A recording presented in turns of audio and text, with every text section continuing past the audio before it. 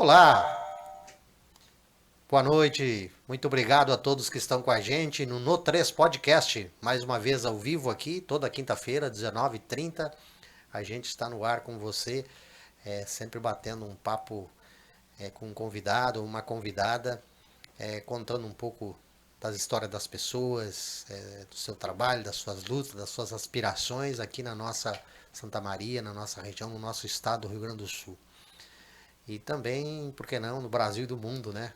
É, Acho que essas experiências que a gente tem aqui na nossa terra, no nosso querido coração do Rio Grande, como a gente conta Santa Maria, são boas experiências. Aqui nós produzimos pessoas que em diferentes áreas têm se desenvolvido e levado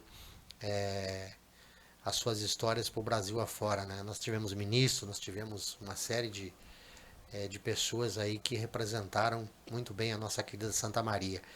E hoje nós recebemos aqui no estúdio uma pessoa que eu conheço pouco pessoalmente, mas gosto muito da forma como que ela se comporta. Ela é uma influenciadora, né? Ela atua muito forte nas redes sociais e acho que é uma das influenciadoras, depois ela vai nos contar um pouco, mais tradicionais aqui da nossa querida Santa Maria e do nosso estado, porque ela está há bastante tempo já atuando nessa área e mesmo quando naquela época que ser influenciador ainda não era algo é, mais, eu diria assim, mais comum, né? Porque hoje as pessoas se sentem influenciadores até ou influenciadoras até quando é, ainda não estão com a experiência, vamos dizer assim, certa para estar desempenhando esse papel.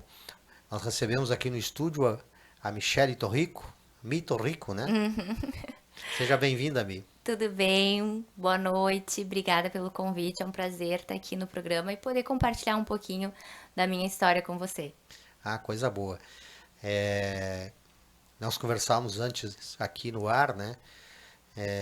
Antes de estar no ar, e falávamos um pouco, né, sobre essa questão do nosso momento que a gente vive, do momento político que o Brasil passa, que nossa história, né, nos incumbiu da gente passar por essa etapa. E a gente, eu, por exemplo, tive muitos medos, né, Michele, nesse período aí que a gente passou, era medo do Covid, depois era medo do governo, depois era medo do golpe, depois era uma série de medos que vieram aí e tiveram muitas pessoas que se destacaram, né? Além das pessoas do meio político, né? Porque as pessoas do meio político é natural que se Uhum, destaquem, né? Mas tiveram muitas pessoas que se destacaram por serem vozes, serem resistência, serem opiniões fortes na sociedade neste momento que nós passamos, que foi o governo Bolsonaro, foi o período do Covid, foi a crise econômica, foi a crise da identidade, foi a crise social, uma crise da humanidade, uma série de crises que nós passamos e que talvez a gente não compreenda tanto ainda nesse momento da história, nesse momento de vida, porque a gente acaba que a política nos impõe essa guerra de narrativas, né? Um lado é uma coisa, outro lado é outro, né? exato. E então às vezes a gente não compreende direito que se passou e talvez mais na frente a gente consiga entender isso. E eu quero começar falando contigo sobre esse Brasil, né? Sobre esse Brasil que a gente viveu nos últimos, vamos colocar aí 5 anos, né? Sobre esse Brasil aí que foi essa coisa aí de nós seres humanos nos enxergarmos aí, né? Vermos enquanto nós temos pessoas que produzem coisas boas e quanto nós temos pessoas que também produzem coisas ruins, né? Então acho que eu Sim. queria te instigar a falar um pouco sobre isso, né? É, eu acho que é um divisor de águas, inclusive foi para mim esses últimos anos, né? Eu já tô há mais de 10 anos como influenciadora aqui em Santa Maria. E eu comecei com moda e beleza, assim, era o meu assunto principal. E aí, um pouco antes da pandemia, um pouco antes das coisas piorarem da maneira que pioraram, né? Em 2019, eu perdi o meu pai num acidente de carro. E isso mexeu já muito comigo. me fez olhar para certas coisas que eu não tinha compreensão. E aí, depois veio a função da Covid, e aí eu vi todo o negacionismo, todas as coisas que aconteceram. Pedia e pedia para as pessoas se cuidarem, alertava, falava sobre ciência, né? Porque foi um momento em que eu me assustei, porque eu pensei, meu Deus, com a pandemia, acredito que as pessoas vão melhorar, né? A gente nunca passou por isso, né? Então eu pensei assim, as pessoas vão melhorar. E aí, ao longo dos dias que passavam, eu via que as pessoas que eram boas ficaram boas, mas as que ficaram piores, as que eram piores ficaram piores ainda. E isso foi me assustando, sabe? Eu ficava pensando, gente, onde é que eu tava que eu não observava essas questões todas, né?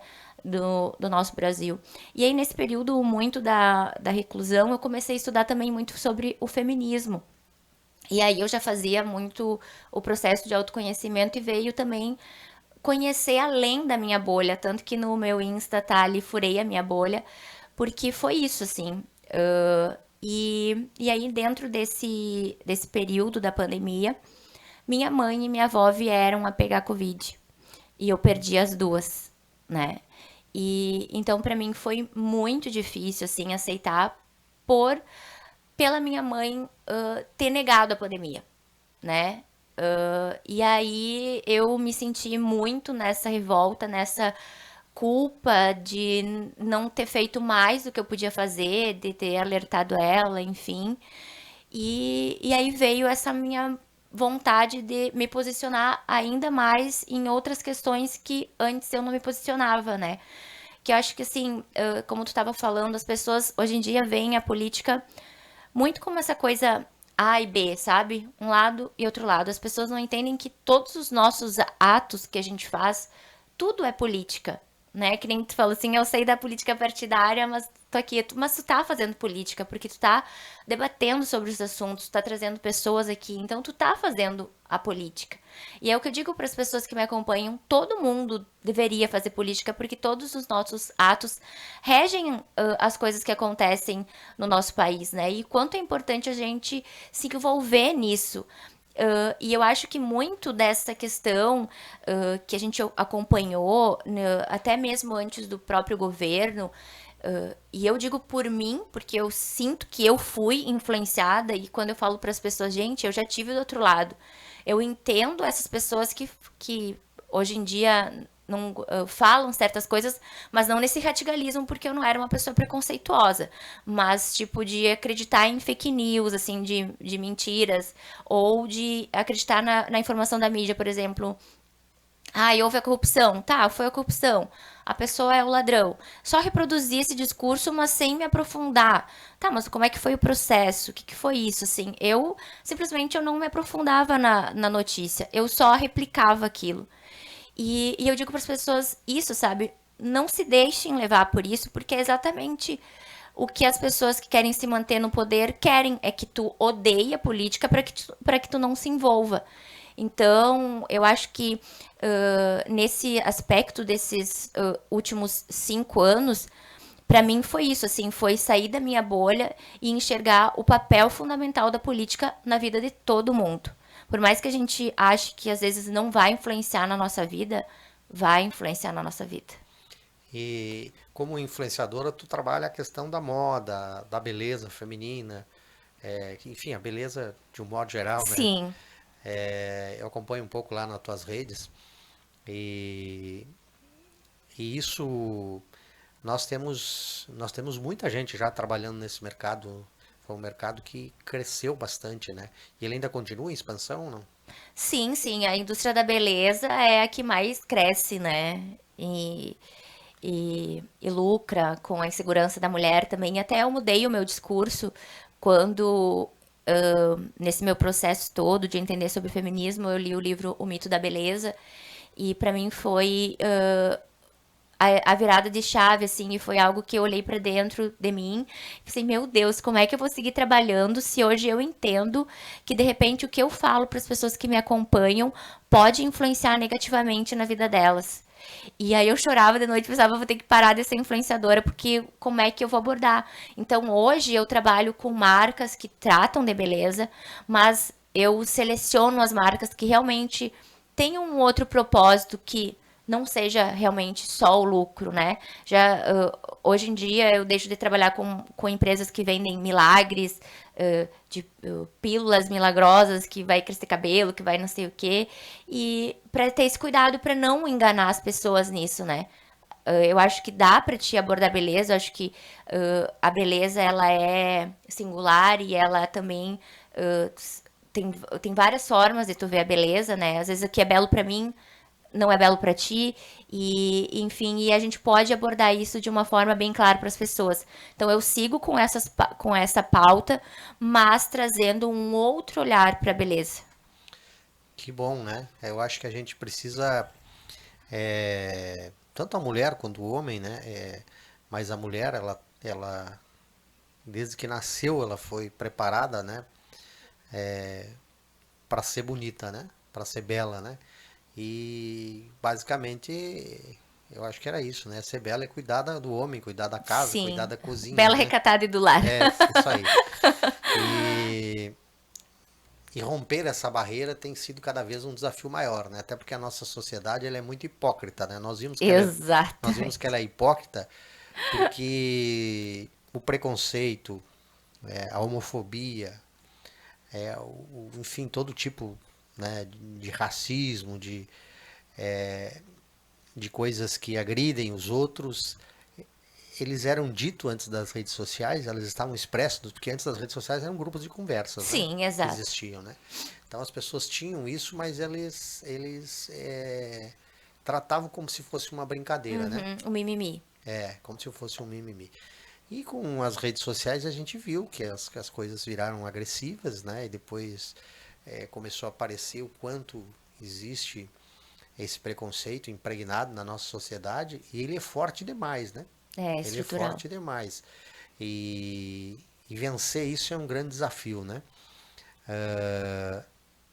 O, o, o que tu vem levantando, essas bandeiras que tu vem levantando, elas têm repercutido, têm trazido mais mulheres, têm feito as mulheres se identificarem que realmente elas têm que sair dessa bolha, elas têm que mudar a forma de se comportar na relação com o homem, com a Sim, família, enfim, sim, com a sociedade. Dá para perceber isso ou sim. não? E eu perdi muita coisa quando eu resolvi me posicionar, né? Mas eu também ganhei muito mais. Eu me lembro na época das eleições, quando eu realmente dei a minha cara a tapa, o quanto de mensagens positivas que eu recebia de mulheres dizendo é isso aí, segue fazendo isso, segue dando tua opinião.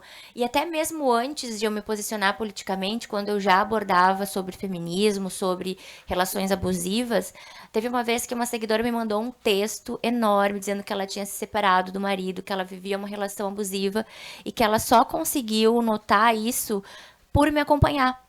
E que hoje ela estava muito feliz e que ela agradece muito a mim por ela hoje poder ser a mulher livre que ela é.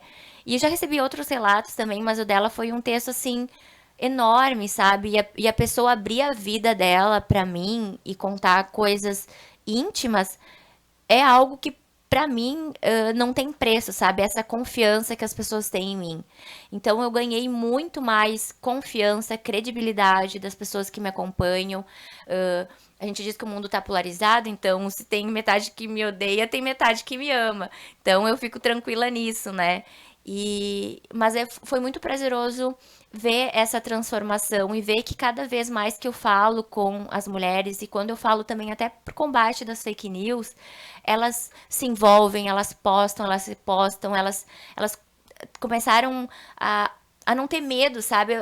Hoje mesmo uma seguidora mandou assim, ai, sabe, Mi, que eu vejo a tua coragem de falar. Eu falei, ai, quer saber? Eu também vou falar, porque eu preciso colocar pra fora isso tá me fazendo mal e eu, enfim, me sinto bem, sabe, falando o que eu penso. É, Então, eu eu acho acho que é que isso é isso, uma. sabe? É isso que inspira, né? Acho que essa gratificação é que faz, dá mais energia para seguir. Eu sempre digo, né? As pessoas que estão gostando, vai lá e comenta, porque ela dá mais energia para a pessoa que está fazendo, continuar, se fortalecer.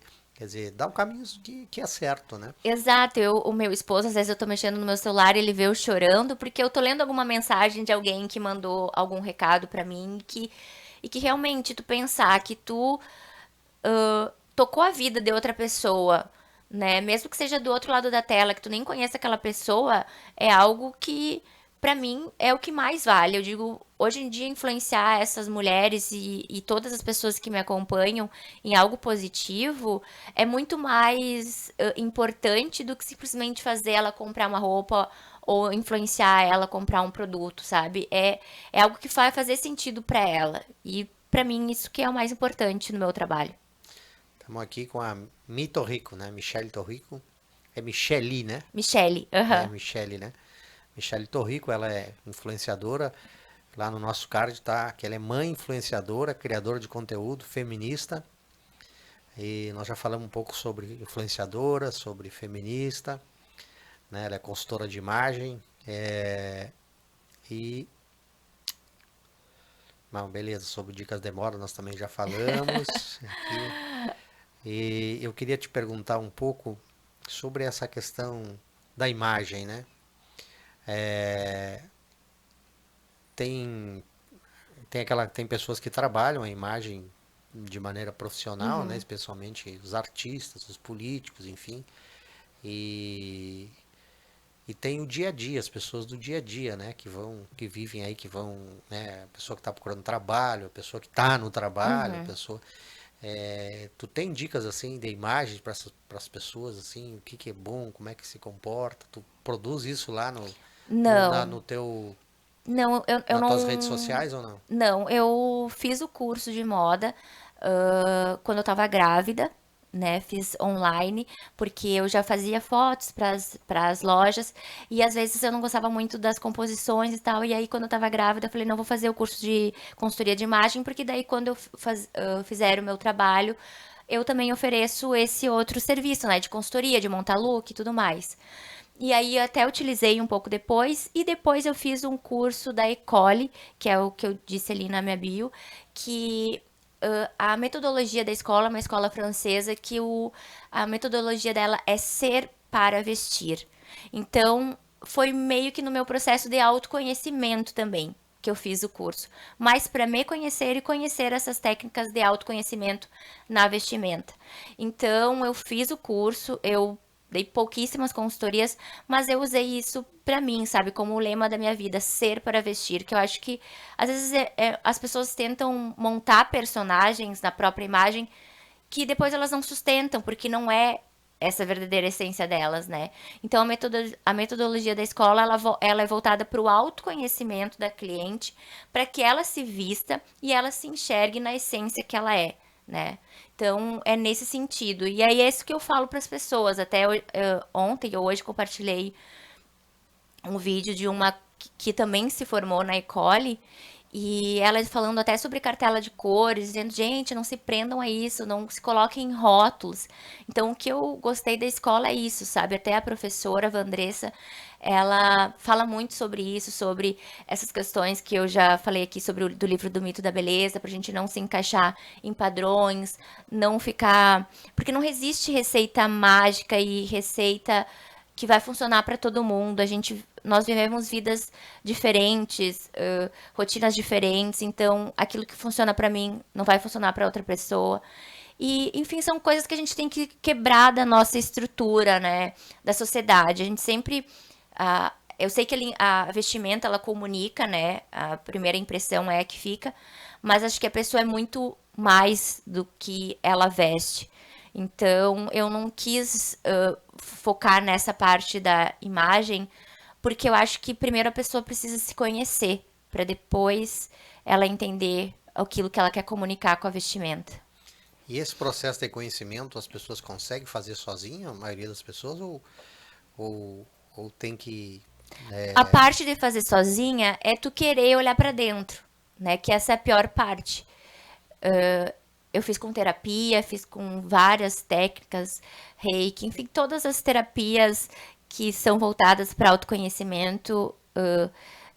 eu fiz e acho que isso me ajudou muito a me preparar para a perda dos meus pais, né? Porque eu tinha muitas questões com eles mal resolvidas antes de perder eles. E aí eu comecei realmente a terapia para me entender e me entender também com a minha família. Isso foi muito bom, assim, porque eu perdi meu pai também inesperadamente e foi bom para, sabe, não ficar com nenhuma mágoa, nem nada.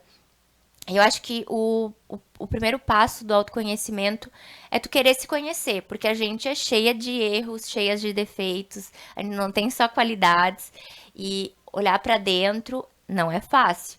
Então, esse mesmo processo quando eu li o livro, que eu tava falando que eu chorei, que eu pensei, meu Deus, eu vou ter que parar de fazer o que eu faço, foi difícil para mim, porque eu pensava, nossa, quantas coisas que eu já devo ter magoado as pessoas, né? Até mesmo quando eu falo, gente, já tive do outro lado. Antes, quando eu tava do outro lado, eu agradava certas pessoas, porque eu era uma pessoa alienada, só, enfim, não me preocupava com outras questões sociais, eu vivia ali na minha bolha só mostrando o look do dia e dica de produto. Era só isso. Eu não me envolvia com outras questões sociais e aí eu desagradava outras pessoas. E aí agora é o processo inverso, né? Eu desagrado aquelas que querem ficar anestesiadas nesse mundo, porque ele é mais fácil. É mais fácil a gente não lidar com os problemas sociais. É mais fácil a gente não lidar com os preconceitos. Mas eu quis me entregar a isso. Então acho que o primeiro passo para o autoconhecimento é tu querer se permitir a viver experiências que não são tão boas na tua vida. E aí tu dá esse primeiro passo. E aí depois tu procura ajuda, procura terapia, procura métodos que façam tu ter uma conexão contigo mesma. E aí depois tu consegue olhar pra fora também. Essa questão de, acho que de buscar o autoconhecimento, a gente se enxergar, né? Eu acho que ela nos torna mais humano, né? Eu, pelo menos, estou tentando no meu processo aqui, nessa minha passagem por aqui, de olhar a humanidade com um olhar de ser humano, né? Exato. Quer dizer, nós somos passíveis de nossos erros, nossas falhas, inclusive, às vezes involuntariamente, às vezes voluntariamente, mas o essencial disso é ter essa capacidade, né, que tu teve de ir melhorando, né? Acho que isso quando eu olho para essas pessoas que vêm fazendo essa evolução, né, humana, espiritual, é, de pensamento, enfim, isso é fantástico, né? Isso te dá uma segurança para enfrentar qualquer situação e principalmente para estender a mão para as outras pessoas, né? Que é isso que tu vem fazendo nesse processo de influenciar as pessoas, né? Quer dizer, influencia também lá na questão da moda, da beleza, mas eu tenho visto que tu vem influenciando muito mais as pessoas no sentido de melhorar enquanto, né, a mulher de melhorar, né, enquanto de evoluir, né, nesse processo que ela tá aí De entender o seu papel na de sociedade. entender seu papel, mas nesse processo que a sociedade impôs para ela, né, que o patriarcado impôs para ela, né, Exato. e eu acho que isso é uma evolução fantástica que tu vens fazendo com as pessoas, né? Tu vem transformando a vida das pessoas. E então parabéns por isso, acho que é importante reconhecer isso, parabéns por isso. É, isso te torna referência, né, enquanto ser humano. Acho que isso é uma dos pontos principais que a gente tem nessa passagem, nessa viagem chamada vida, né, que a gente tem aqui. E muito bacana. Então eu queria que tu nos contasse aí, tu é de Santa Maria mesmo, tu veio pra cá? Eu nasci aqui em Santa Maria. E aí, com 3 anos, meu pai conseguiu trabalho em Rondinha, perto de Sarandi, Sim. Passo Fundo, aquela região. E aí a gente foi embora pra lá. Eu, minha mãe e meu irmão, porque ele era médico.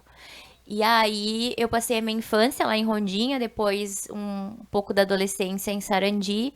E aí quando os meus pais se separaram, a gente voltou aqui pra Santa Maria, porque a família da minha mãe é de São Cepé. E aí ela não queria ficar sozinha lá num lugar longe dos familiares. E aí a gente voltou aqui para Santa Maria e eu fiz meu ensino médio aqui e faculdade também. Ah, bacana. Tu é formado em marketing, é isso? Não, em direito, Em nada a ver. direito. Eu me formei em direito e nesse processo eu sempre fui muito tímida. Mas veio as redes sociais na época do Orkut. E aí eu comecei a postar minhas fotos, minhas coisas lá na rede. Quando eu vi, eu tava com 5 perfis no Orkut.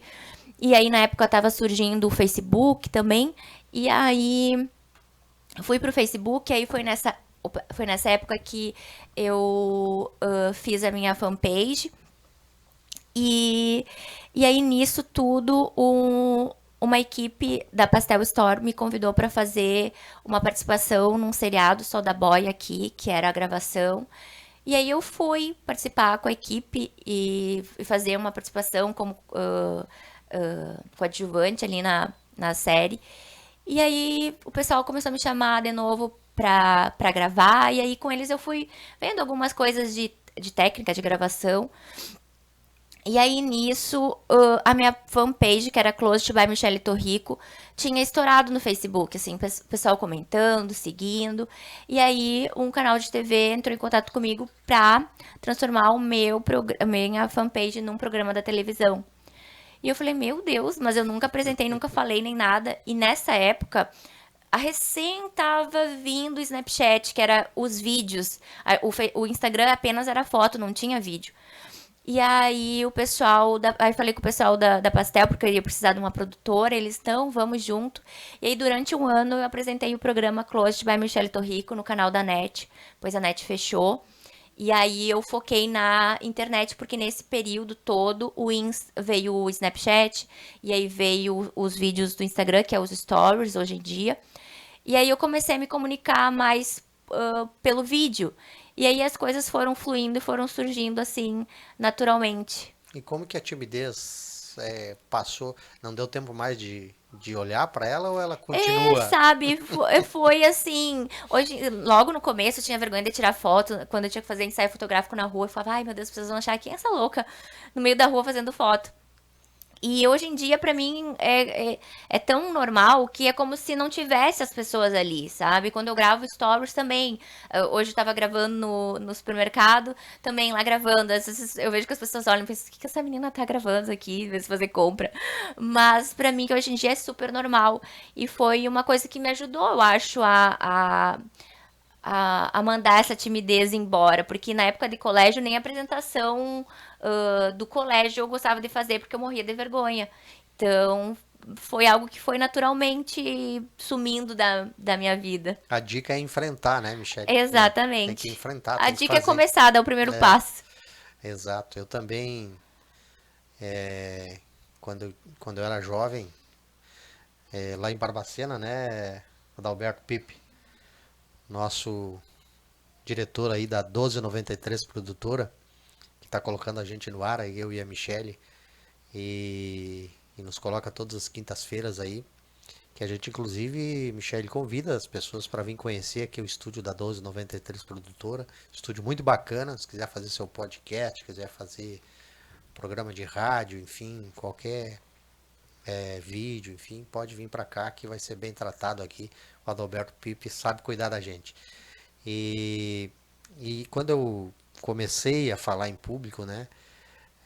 Quer dizer, quando eu tentei começar a falar em público, era muito difícil isso para mim. As primeiras vezes eu abandonei, eu fugi do lugar, né? Enfim, uma série de coisas.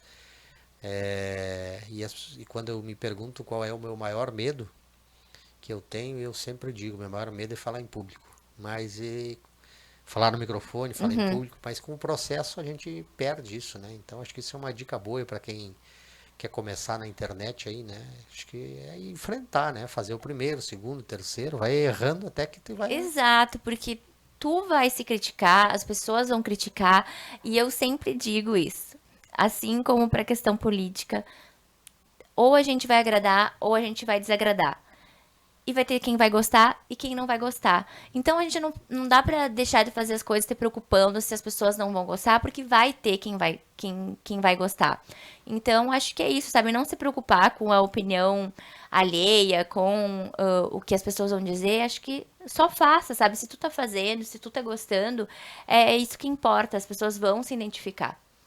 Exato. Acho que esse é o processo da gente ir avançando.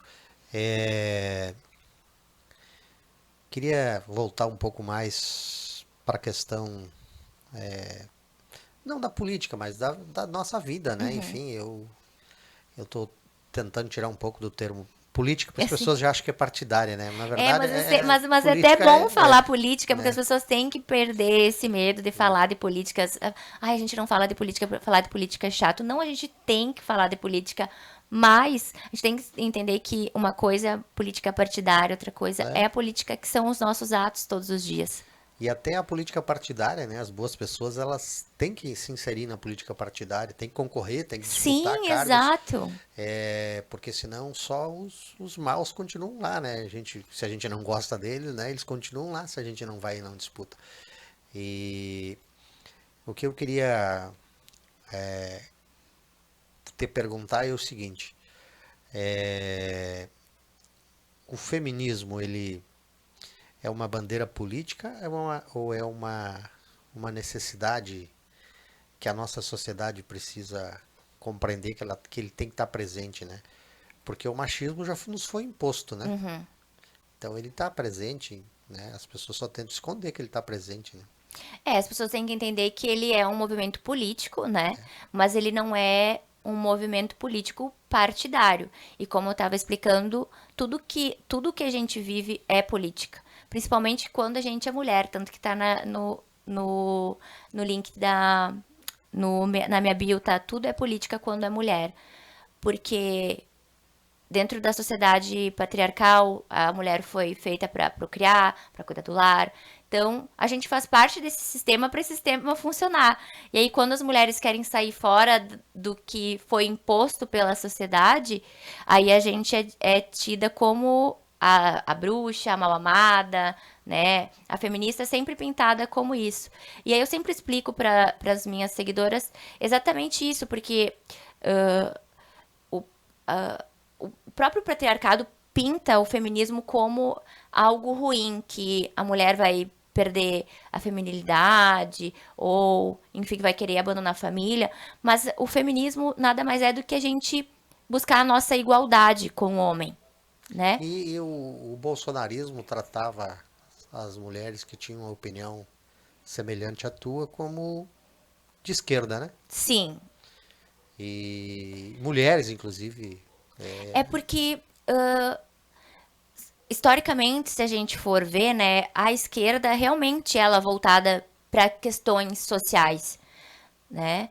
Então, tudo que é tido como algo que vai melhorar a sociedade em questões sociais é tido como esquerdista e ficou um dogma, uma coisa que pintam como demoníaca, né? Eu até As agora bruxas e as mulheres foram perseguidas. queimadas, perseguidas como É, bruxas e eram só mulheres, exatamente. né? E isso não é ensinado na história. Então acho que eu poderia ficar aqui um dia inteiro falando sobre o patriarcado, sobre tudo que nós mulheres já passamos na história. E falando sobre também o que eu tô estudando, que é sobre essa seita que é o bolsonarismo, né?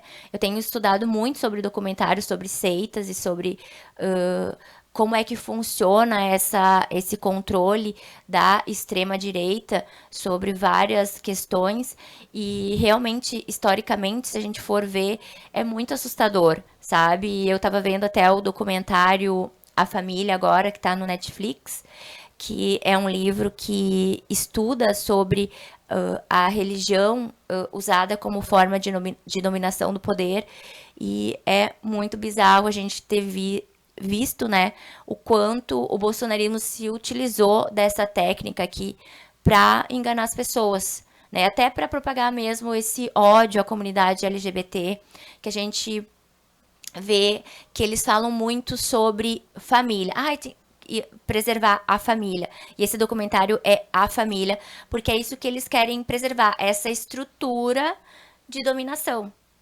né? Porque, querendo ou não, a estrutura da família é a estrutura que mantém o patriarcado no poder. Se a mulher resolve não ter filhos, se a mulher resolve trabalhar, se a mulher resolve, enfim, ter a sua independência, ela não faz parte desse circo. Da família tradicional. Exato. E aí isso rompe com a estrutura que mantém o poder. Então, realmente é muito louco. E eu até estava comentando com as minhas seguidoras que eu tenho feito várias anotações. Eu falei, quem sabe até um dia escreva um livro sobre todas essas pesquisas que eu estou fazendo e aborde esses temas, porque realmente e é algo que vem há muitos e muitos anos se permeando, né? E a gente viu chegar com muita força aqui no Brasil, que a gente não tinha esse conservadorismo todo assim exacerbado. A gente tinha, como tu disse, as pessoas que tinham esses preconceitos, né? Então, eu vou te interromper para dizer que nós tínhamos, mas não sabíamos.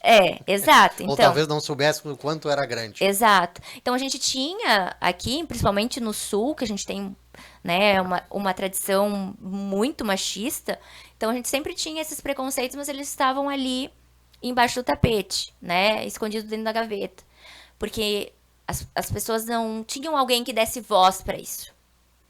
E aí, com o bolsonarismo, a gente viu que sim, alguém pode estar lá no poder e dizer que mulher, falar mal das mulheres, falar mal das pessoas negras, enfim, colocar esses preconceitos pra fora que não tinha problema. Então as pessoas viram, poxa, o presidente tá falando que negros pesam em arroba, eu posso falar qualquer coisa, né? E aí a pessoa tira todo aquele preconceito que ela tava escondido e coloca pra fora. E é o que a gente tem visto hoje em dia, porque alguém deu voz pra isso.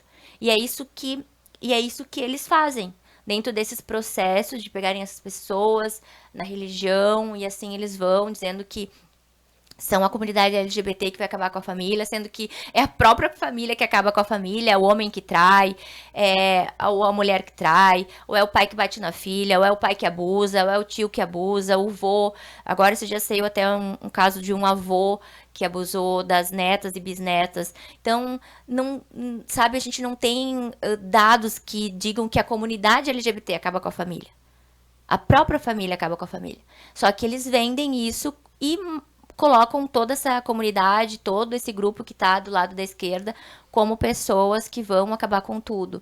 Né? Até o próprio comunismo que a gente estava falando ali, ele sempre foi usado como um mecanismo de gerar medo nas pessoas para que elas fossem contra isso. E até eu vi um documentário que se chama Colônia Dignidade, que é sobre o golpe lá do Chile, né? E é bem isso, assim, eles foram para uma comunidade. Dentro dessa comunidade, eles viviam como se fosse no comunismo, porque lá tudo era compartilhado. A sociedade, ela vivia o que prega o comunismo, né? Sim. Mas eles eram alemães e apoiavam o nazismo. Ou seja, eles ali não compreendiam que a própria estrutura que eles viviam de compartilhamento era o comunismo, mas eles estavam defendendo outra bandeira. Então, é muito bizarro que as pessoas não entendem o que é comunismo. Hoje em dia, as pessoas não sabem nem o que é nazismo, tanto que hoje em dia a gente vê grupos nazistas crescendo e as pessoas não entendem a dimensão do que é o nazismo. E é isso que mais me assusta, as pessoas normalizarem o extermínio de pessoas que elas consideram inferiores. Então, é isso que eu tento lutar todo dia no meu Instagram e resgatar a humanidade das pessoas, porque eu vi que realmente eu pensava que, sei lá, eu não conhecia gente que tinha esse pensamento, mas eu conheci e gente próxima. Então isso me assustou e eu penso, sei lá, na minha filha, na próxima geração, em outras pessoas enfim, ou que sejam da comunidade, que possam vir a ser, e o quanto podem sofrer, né? Dentro desse radicalismo de extermínio de pessoas que eles não consideram pessoas de uma raça pura.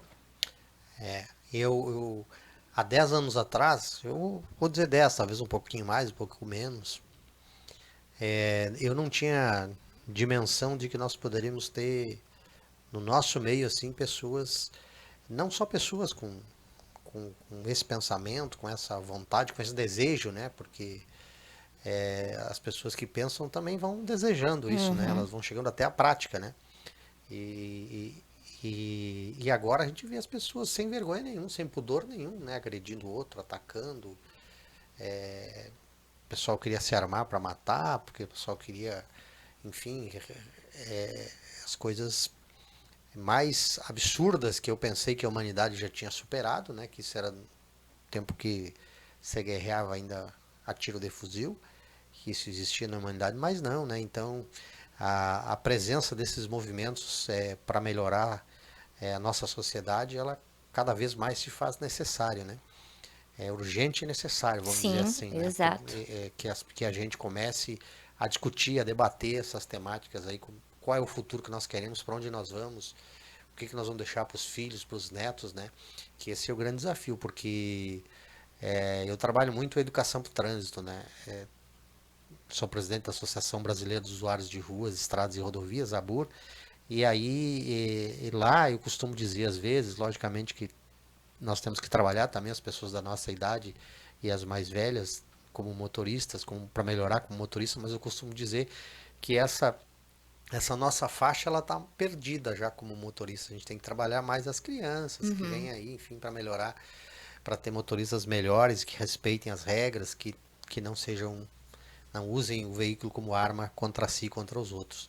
E esse é o grande problema da nossa sociedade, que nós estamos produzindo pessoas que não estão interessadas no futuro, elas estão pensadas apenas no umbigo, né? Costumo dizer que é o Uhum. umbiguismo, né? Então esta falta de solidariedade é muito grande, né, Michele? E tu é filiada a partido político ou não? Não. Vai concorrer nas próximas Não. eleições? Não, não. A princípio, não. Ah, As seguidoras têm pedido, mas a princípio não. Eu gosto de poder me posicionar em várias questões, em vários assuntos, né? E eu digo assim, o que me dá essa liberdade de poder falar certas coisas que eu falo é porque eu não tenho rabo preso com ninguém. Então, ainda não amadureci essa ideia. Talvez amadurecendo com o tempo eu consiga compreender melhor, mas no momento não é o que o eu projeto. não é um projeto. Prefiro seguir assim me posicionando, conversando com as pessoas, sabe? Na época das eleições me botaram na lista dos petistas da cidade, mas eu não sou afiliada ao PT, nem nenhum outro partido, né? E, enfim. Que as eleições elas viraram quem era do Lula, quem era do Bolsonaro, né? Uhum. Então, foi um momento à parte. E sobre a nossa Santa Maria aqui, Michele, o que que tu tem para nos contar sobre a nossa terra aqui? Qual é o que que tu pode falar, o que tu pode reconhecer de coisas boas, o que que a gente tem que melhorar aqui na nossa Santa Maria aqui? Acho que tem que melhorar bastante coisa. Eu acho que Santa Maria, ela tem um grande problema, que é a questão da de ter uma rotação muito grande de pessoas de vários lugares. Então, eu sinto que as pessoas não internalizam como vou cuidar da minha cidade, sabe? Porque não é minha. Então, eu sinto assim um, um certo. Não tô dizendo dos governos, tô dizendo das pessoas aqui, né? Que eu sinto assim que. Eu não foi nessa terra que eu nasci, então, eu posso jogar lixo no chão, eu posso destruir o patrimônio público, eu posso fazer o que eu quiser, que não tem problema. Então eu sinto que Santa Maria falta esse cuidado de enxergar a cidade como o coração do Rio Grande do Sul, sabe? Das próprias pessoas aqui enxergarem Santa Maria como coração do Rio Grande do Sul e buscarem realmente transformar a cidade na cidade cultura, que é conhecida como a cidade cultura, né? E a gente até. Eu tive agora. as semanas passadas lá na Câmara, que até estava tendo um projeto, enfim, que dependendo do viés, ele pode vir a censurar projetos culturais aqui na cidade.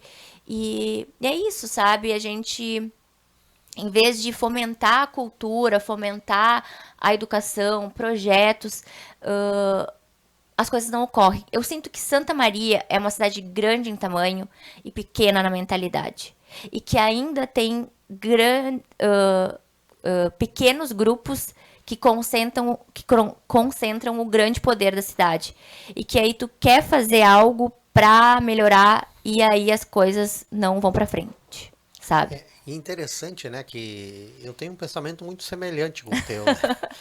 Interessante que a gente produz muitas lideranças aqui, né? Nós temos hoje ministro, Paulo Pimenta é ministro, né? Era deputado federal. Temos Valdeci, deputado estadual, Beto Fantinel, deputado estadual e secretário de assistência social. É, o prefeito nosso não é um- um desconhecido, né? Sim. Ele já foi deputado estadual, já foi secretário de Estado, enfim, tem uma trajetória na política. E nós temos uma Universidade Federal muito forte, nós temos outras instituições fortes, nós temos os comandos regionais da maioria das, dos órgãos públicos, Uhum. né? Nós temos aqui forças policiais, forças militares, nós temos centro de saúde, centro de educação, centro de um monte de coisa aqui. Mas nós ainda, sob a minha opinião, nós ainda não avançamos ou não estamos sendo liderados para avançar Exato. no quanto nós mereceríamos, né? Enquanto as pessoas que vivem aqui merecem, enfim. E nós já tivemos no passado também, não é só agora, não é só Sim, esses que sim, estão aí exato, agora, né? aham. Nós já tivemos até o presidente do STF já foi de Santa Maria, né? O ministro Jobim, né? Sim, Na época. sim. Tivemos, enfim, produzimos grandes na área cultural, na área do esporte, em todas as áreas nós já tivemos. Mas nós ainda temos muita coisa para fazer aqui. E eu sempre achei que talvez fosse isso que tu falou, né? Pessoas de muitos lugares, né? Que vêm, passam por aqui, vão embora, ou até que ficam aqui, mas que demoram um pouco para se apaixonar, né? Eu cheguei com Sim. 14 anos aí e me apaixonei cedo, né? Eu não sou daqui, mas vim para cá cedo. Mas acho que a nossa Santa Maria, principalmente o setor empresarial e cultural, nós precisamos mais, né? Sim. Nós temos hoje uma casa de cultura que está caindo, né? O calçadão estava há 7 anos em obras. Não que o calçadão seja a solução dos nossos problemas, mas Exato. passa por aí, Mas né? passa por aí, porque A Gari está caída, né? Enfim, uma série de coisas, né? A nossa cultura, que era cidade de cultura, enfim. eu tava até comentando com um amigo meu, eu falei, nossa, lembra quando a Feísma vinha e trazia shows? Eu me lembro que vinha Nenhum de Nós, vinha várias bandas, e tu trazia o público de fora das cidades. Nem isso mais Santa Maria tem, sabe? Não movimenta vir pessoas de fora pra cá, não se tem eventos que tragam a região que está aqui na nossa volta, seja São Pedro, Restinga, enfim, para participar de eventos, Sim. enfim, né, palestras, ações, Seminários, simpósios, isso seminários, mesmo, né? isso. Congresso. E tava me faltando a palavra.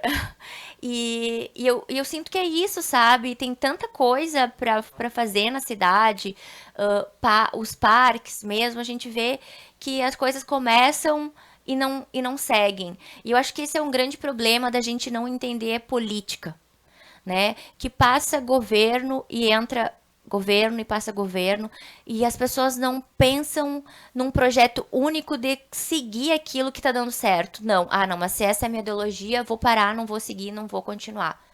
Então, acho que isso, de uma forma, não só aqui em Santa Maria, mas de forma geral, eu acho que a gente tem que ter até leis que assegurem esses projetos que estão dando certo, que sigam, que sim, independente do partido que esteja no governo, esses projetos têm que dar andamento. Porque senão a gente sempre vai ficar nessa, sabe? É obra que não termina, é coisa que não acontece, e enfim, fica por aí. Não, exatamente. Tu tava falando, eu fui percorrendo um filme aqui na minha imagem, na minha cabeça. Eu nem sei quantos anos atrás eu fui secretário do município aqui na segunda gestão do prefeito Valdeci, e nós fizemos as obras do PAC. Enfim, teve várias obras, mas não vou entrar no mérito, vou entrar numa só, que era a Avenida Dom Ivo, que é aquela avenida na margem do Cadena, que ela foi feita na época a concepção, fui eu que escrevi o projeto, enfim, fiz a justificativa. Existiam pessoas que moravam ali, em barracos caindo para dentro daquele arroio, e todo o esgoto da cidade era jogado, hoje ainda é Aí. ainda é. E então aquela avenida ela foi feita para ligar essa região aqui da Walter Jobim lá com a região norte, lá, Salgado Filho, aquela região lá. E já se passaram 15 anos e a obra não terminou, né? Agora Imagina. parece que vai terminar. Acho que 2 quilômetros de uma rodovia nas margens de uma avenida, né? Nas margens do Cadena, então. E o dinheiro estava na conta, né? Então você sabe por que que não terminou, né? Passou todo o governo Schirmer, passou agora quase todo o governo do Jorge, já vai para 6, 7 anos aí, e não terminou, né? Então essas coisas de não dar sequência, essa questão de nós não nos unirmos, né, numa direção só, a gente vê na região da Serra, né, ali eu seguidamente sou chamado lá pelos empresários, aí tá todo mundo junto lá na Serra, tu chega lá, tá vereador, tá prefeito, tá empresário, tá sindicato, tá, né, tá o pobre, tá o rico, tá o peão, tá o patrão lá, quando o objetivo é fazer alguma coisa para lá, né? Exato. E nós temos esse pecado aqui, se não é meu projeto, eu vou lá falar mal dele. Exatamente. E não é só em projeto, é no comércio, é em tudo aqui. Santa Maria tem muito essa questão de é meu concorrente, não quero que dê certo. As pessoas vibravam quando uma empresa fechava na pandemia. Isso é a coisa mais bizarra que tem. Em vez de tu pensar, meu Deus, quero que essa pessoa esteja ali prosperando, porque vai estar trazendo gente para perto. Não, as pessoas comemoram quando uma empresa fecha. Isso é bizarro, sabe? Elas não têm esse senso de coletividade, de ver que podem sim crescer junto. E esse exemplo que tu fala da Serra, eu já venho falando isso há muito tempo, que eu admiro muito eles por eles terem esse senso coletivo de querer crescer junto, né? Não importa se tem 10 hotéis, se vier mais um e ficar 11, melhor para nós. Aqui não, em Santa Maria se tem 10 lojas e vem mais uma, não quero. Não quero aquela loja ali porque vai ser uma concorrência. Então, como eu te disse, o grande problema de Santa Maria é que ela tem o tamanho grande e a mentalidade pequena. E aí ela não consegue crescer o tanto que ela poderia crescer. Enfim, temos grandes desafios aí na nossa terra, né?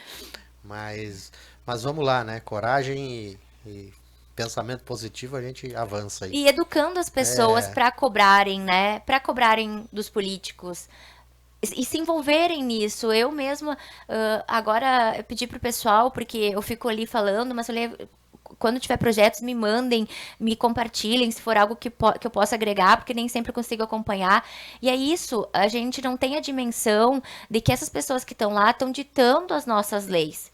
E que às vezes a gente pensa que uma coisa é boba, não vai nos afetar, ela vai nos afetar. E a gente não está dando a mínima para quem está lá legislando. As pessoas se preocupam tanto quanto prefeito, governador e presidente, e elas não se preocupam com vereador, senador, deputado, que é algo que a gente deveria mais se preocupar, porque é quem está lá criando as nossas leis.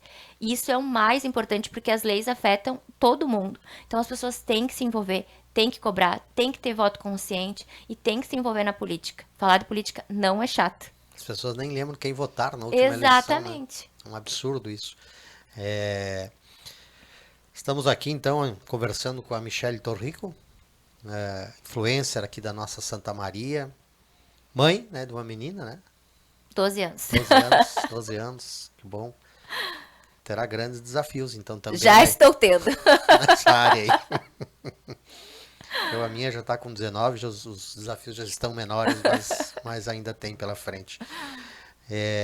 Quero agradecer os nossos apoiadores aí, a Associação Brasileira dos Usuários de Ruas, Estradas e Rodovias, a ABUR, com o projeto Rota Segura, a AMPEC, Associação das Micro e Pequenas Empresas, e das MEIs, aqui de Santa Maria, uma entidade nova que nasceu há pouco tempo aí, que está articulando e ajudando a construir os pequenos negócios de Santa Maria, que são, Michele, não sei se tu sabe, eu fiquei surpreso com essas informações. 99% dos CNPJs do Brasil, das empresas do Brasil, são do faturamento até 5 milhões. Micro e pequenas empresas e MEIs, né? Em torno de 30% do PIB brasileiro vem desse setor. 60% dos empregos vem desse setor. São números astronômicos, né? E eu não sabia, fui descobrir nesse processo aí de conhecer um pouco mais sobre os pequenos negócios.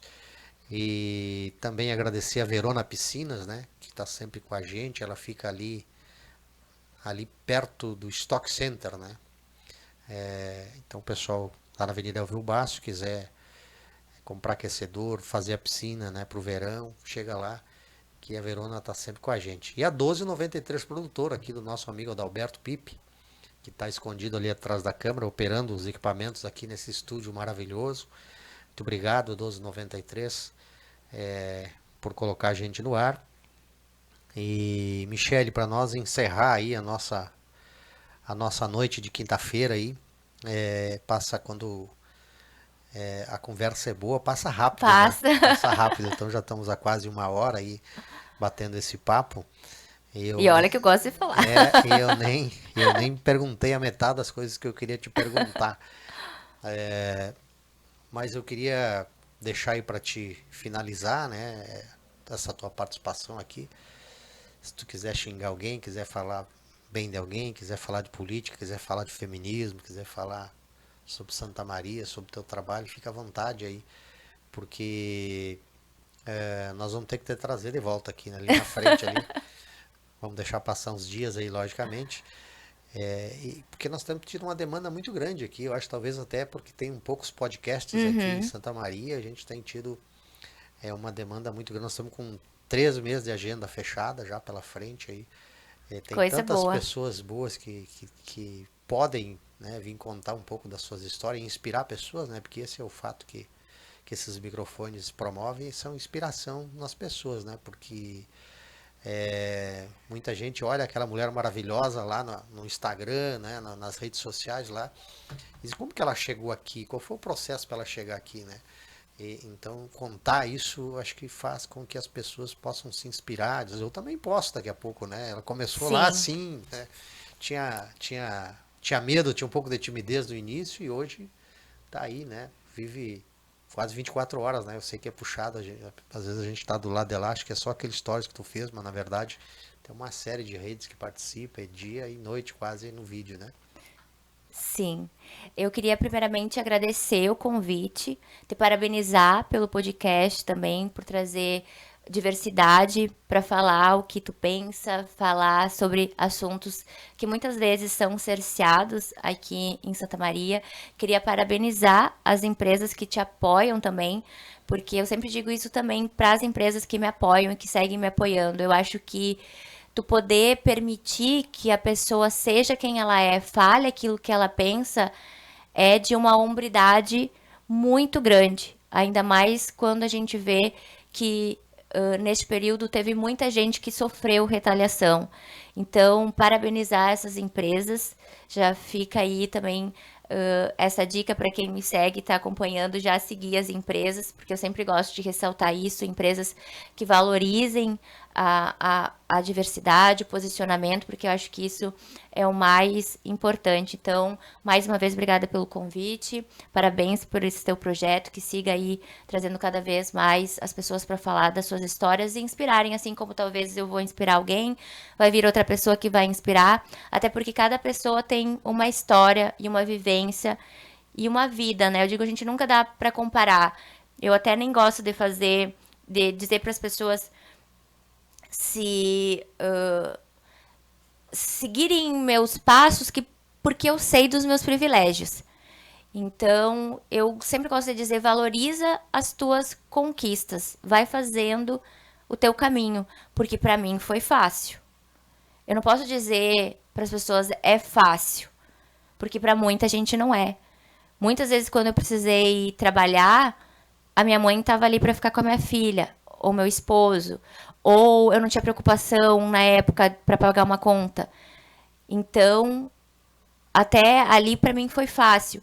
Então, eu sempre gosto de dizer para as pessoas valorizarem a vida delas, valorizarem pequenas conquistas, porque cada pessoa tem a sua história e tem que ser grato por aquilo que ela está conseguindo conquistar. Então, eu não gosto de ser essa inspiração, tipo, de ensinar qual é o processo. Porque, para mim, eu atalhei várias partes pelos meus privilégios. Então, sempre gosto de deixar claro isso, porque hoje em dia eu vejo que muita gente vende uma vida fácil na internet, um método fácil de conseguir as coisas, e só que elas esquecem de dizer que elas tiveram N oportunidades que outras pessoas não vão ter. E aí aquelas pessoas se frustram lá no final. Então, queria deixar esse recado e também, mais uma vez, dizer para as pessoas que se envolvam na política, procurem estudar sobre política, procurem entender que todos os atos que a gente faz na nossa vida é política. Porque só assim a gente vai conseguir, com pequenos gestos, mudar a nossa sociedade e viver numa sociedade mais justa e mais humana. Então, se esse pode ser o recado final, é isso, sabe? É trazer as pessoas para querer buscar entender sobre política, como funciona a nossa política, porque ela faz parte do nosso cotidiano todos os dias. Um grande recado aí no final da Michelle Torrico, que nos deu o privilégio de estar aqui conversando com a gente, poder compartilhar um pouco da sua história, da sua vida.